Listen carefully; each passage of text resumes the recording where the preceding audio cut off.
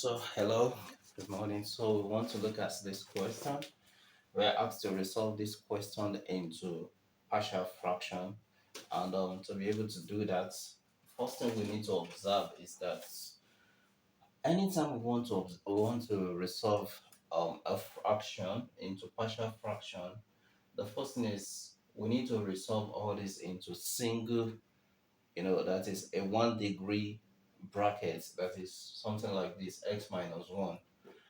But this one does not give us, we cannot easily factorize this into, two factors that are like this, a single degree factor.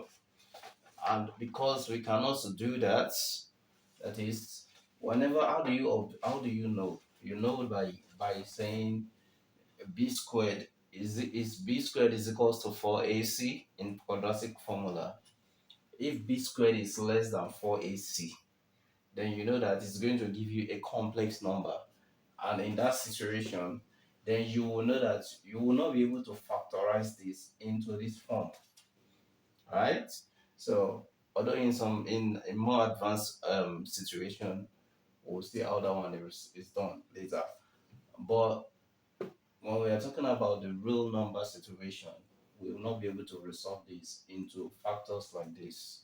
So, and then what we now need to do at this point is just to express this as, for this one, which is linear, we can put a constant over it. That will be x minus 1 plus.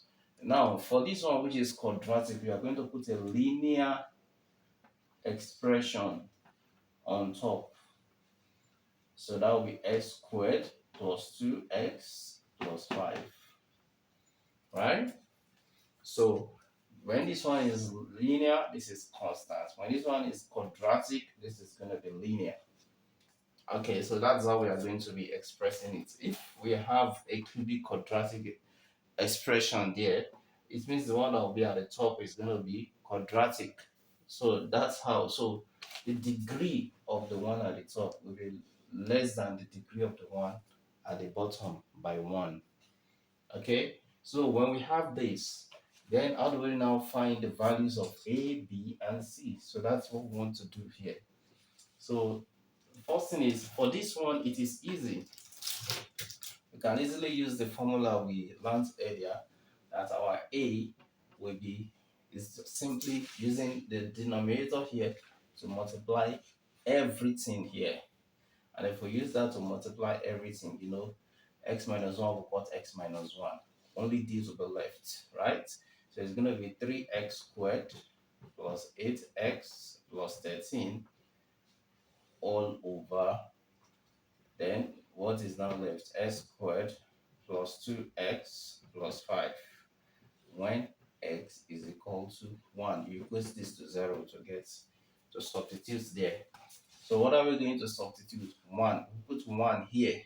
That will be 3 into 1 squared plus 8 into 1 plus 13 all over 1 square plus 2 into 1 plus 5. So this is going to be 24. 3 plus 8, 11 plus 13, 24. And 1 plus 2 plus 5, that's 8. 8 and 24, that's 3. It means a is equal to 3. So to now resolve this second, to now find b and c, what we are going to do now is simply expand this, in the sense that we're gonna have 3x squared plus 8x plus 13. Now use this to multiply every term here, just like cross multiplication. So it's gonna be a into, so if this multiplies this, this is gonna cos this, we're gonna have x squared plus 2x plus 5, then plus bx plus c. So that's going to be what? That's going to be, this is going to cut this, only this will now be left. Right? So we're left with x minus 1.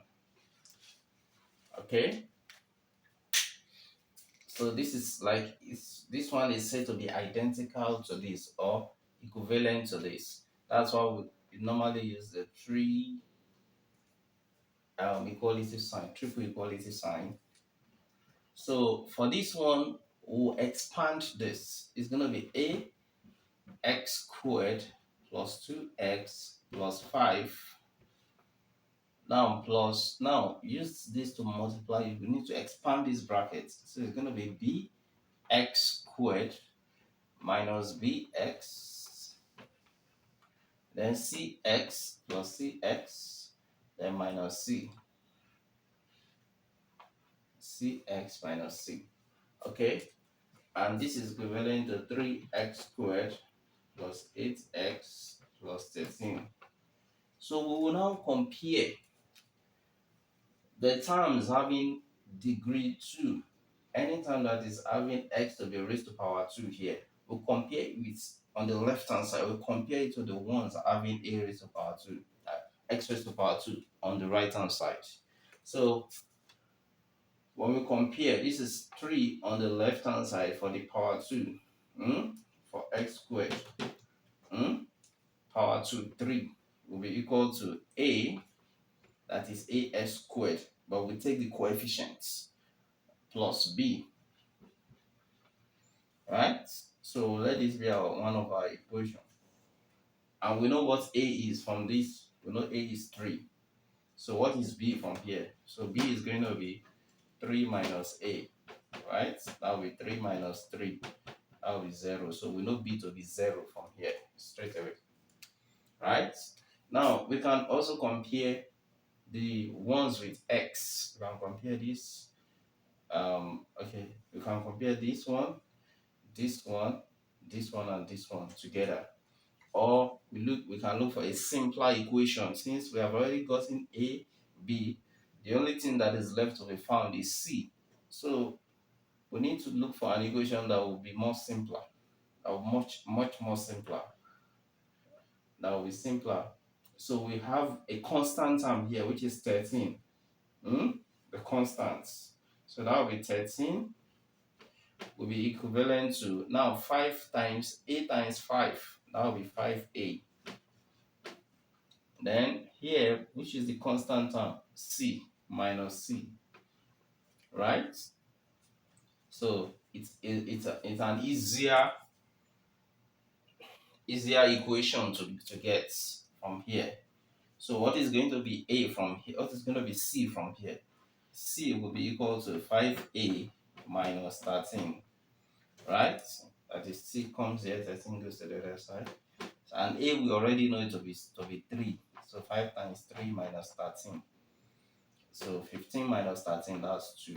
So c is equals to 2. And that's how we're able to find a, b, and c. So we have been able to find a, b, and c. We'll now put them back into this equation. So whatever we find a, we put the value here. So a is gonna be 3. Then b is what? 0.